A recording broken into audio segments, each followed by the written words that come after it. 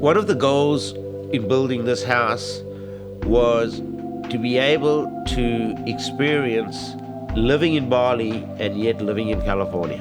Once you step into the house, you immediately feel that you're in another part of the world.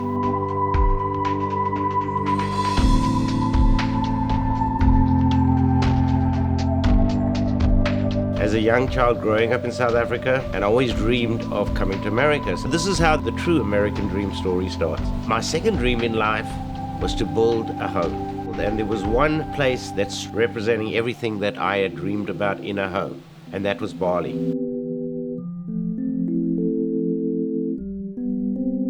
We hired our interior decorator, Christine Hallenberg. By the time we had finished designing the house, Christine really had become a friend of ours. We said to her, why don't you come with us on a vacation? We'll take you to Bali and we'll go shopping, which is exactly what we did. We arrived with our plans, started looking around to fit pieces into the house. After 4 years, going through all the things that it requires to do a house that is actually made of stuff, nothing that came from America, had an incredible payoff. And that payoff was walking to my house for the first time. My dream came true in one flash. And all I can say is I could not stop the tears coming out of my eyes because it was one of the great moments in my life that I'll never forget.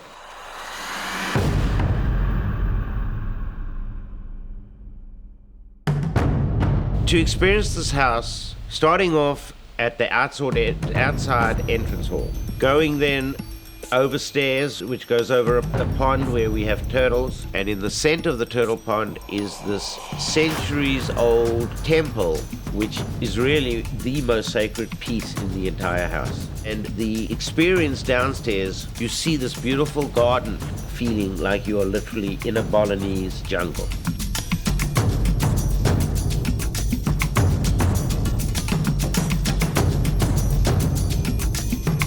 As you walk into the house, you are greeted with masks and a feeling of authentic Bali. The kitchen was specifically designed so that there is nothing on the counters. And so you just see this beautiful stone surface. As you walk into the dining room, your eyes are drawn to this large wood table that was customized for the area, made in Bali out of teak. Then the family room, which has a cabinet on the wall with shelves, which actually represents not only Balinese, but a collection of art pieces that I have collected over many, many years. The key piece in the living room is this 100-year-old Balinese daybed that we found in an old antique store, all beaten up, and brought it back to life. So as you go upstairs, this is the entrance to the bedroom, and you see this beautiful door. It doesn't have a lock, it just has a wood beam that you just push in there and you feel securer than you've ever felt. I had always wanted a lot of outdoor living, and so my bedroom is special to me. The entire room is wrapped with a balcony. I can spend a lot of time outdoors and see the views from all the different angles.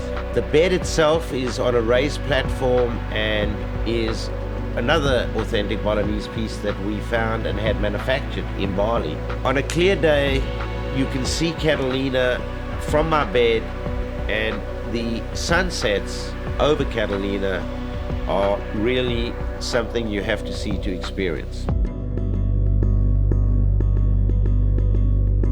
So as you walk into the bathroom, you notice a large colored concrete bath. It is oversized, and often we fill it with petals just to bring out the ambience of the Balinese style.